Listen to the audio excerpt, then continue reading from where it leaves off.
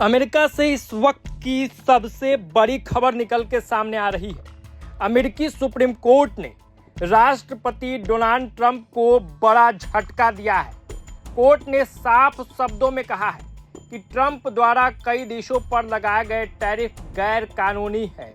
ये बड़ी खबर अमेरिका से निकल के आ रही है, जहां डोनाल्ड ट्रंप को झटका लगा है। जी हां, दुनिया की सबसे ताकतवर अदालत supreme court of the United states ने 6-3 के बहुमत से फैसला सुनाया कि राष्ट्रपति ने अपने अधिकार क्षेत्र का उल्लंघन किया है। अब आपको पूरा मामला समझाते हैं।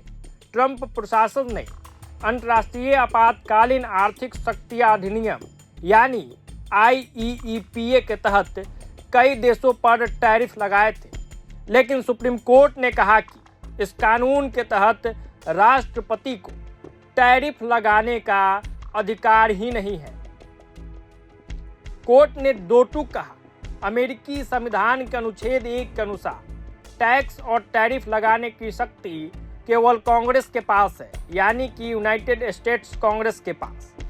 मुख्य न्यायाधीश जॉन रॉबर्ट्स ने अपने फैसले में लिखा, संविधान निर्माताओं ने कर लगाने की शक्ति कार्यपालिका को नहीं दी है। हालांकि यह फैसला सर्वसहमति से नहीं आया है।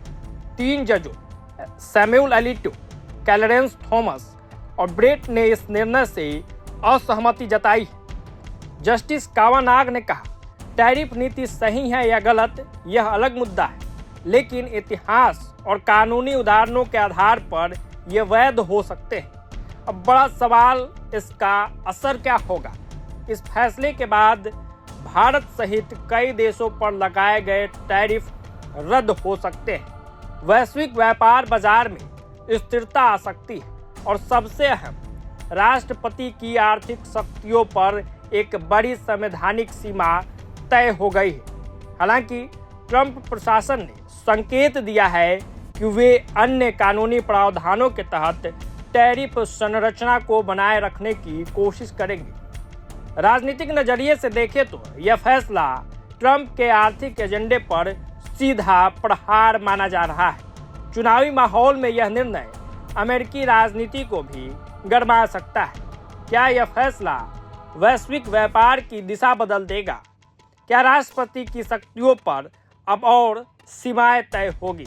तो ये बड़ी खबर अमेरिका से निकल के सामने आई। इस मामले में जैसे ही कोई अपडेट आएगा हम आप तक पहुंचाने की कोशिश जरूर करेंगे। जुड़े रहिए प्रभात खबर के साथ। प्रभातखबर.com, विश्वास वही, रफ्तार नहीं।